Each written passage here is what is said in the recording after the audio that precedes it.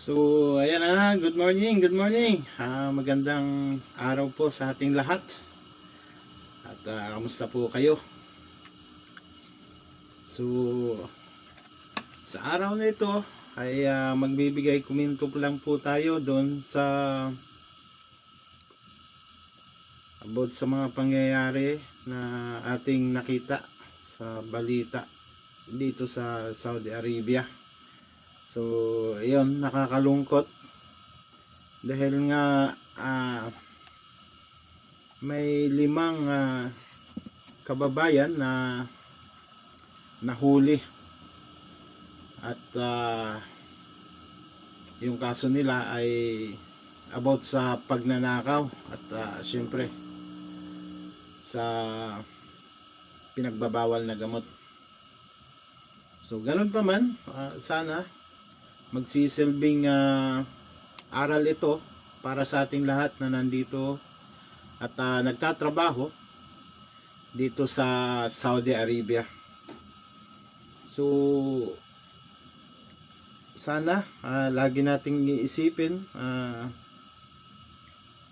ating pamilya at ang ating mga naiwan sa Pinas. So ganun pa man,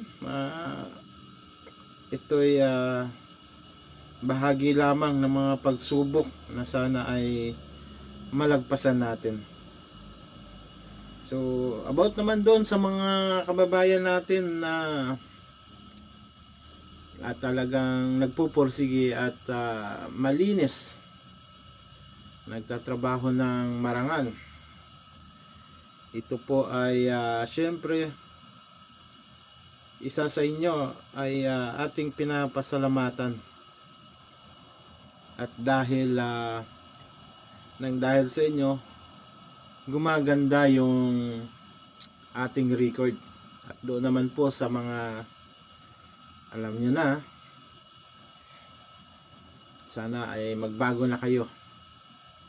So shout out doon sa mga kababayan na laging ang iniisip ay mapabuti ang pamilya at ang pagtatrabaho, pagiging marangal at sumasahod ng galing sa dugot pawis. So yun, at i-cheerful natin sila dahil nga kung hindi dahil sa kanila ay hindi tayo matatanggap dito at magiging good record. Pero syempre may ilang kababayan pa rin na hindi pa rin nawawala yung pagiging kasakiman. So magbago-bago na kayo dahil ito yung bansa na napakahirap takasan kung ikaw ay may nagawang kasalanan. At syempre, pinopromote natin na sana sa pagbabago ninyo ay matuto kayong magdasal at tumawag sa ating nag-iisang Diyos, ang Allah Subhanahu wa Ta'ala. Magpasalamat sa Kanya habang tayo ay nandito sa lugar nila, sa lugar ng mga matatawag nating pinaka-holy land. Ito yung lugar na kung saan dito ipinanganak ang lahat ng mga may mataas na kaalaman, pagtuturo patungkol sa pananampalatayang Islam. Mga propeta na dito ipinanganak, dito nagsimula, at dito rin ang karamihan na pinagmulan ng lahi. So ayan, at para hindi tayo maligaw, hindi kayo maligaw, sana makatagpo kayo ng mga kaibigan na magtuturo at magdadala sa inyo sa kabutihan. Gaya namin, naging balik Islam kami, pero siyempre nandun pa rin yung pag-aaral at imbis na maligaw, nag-aaral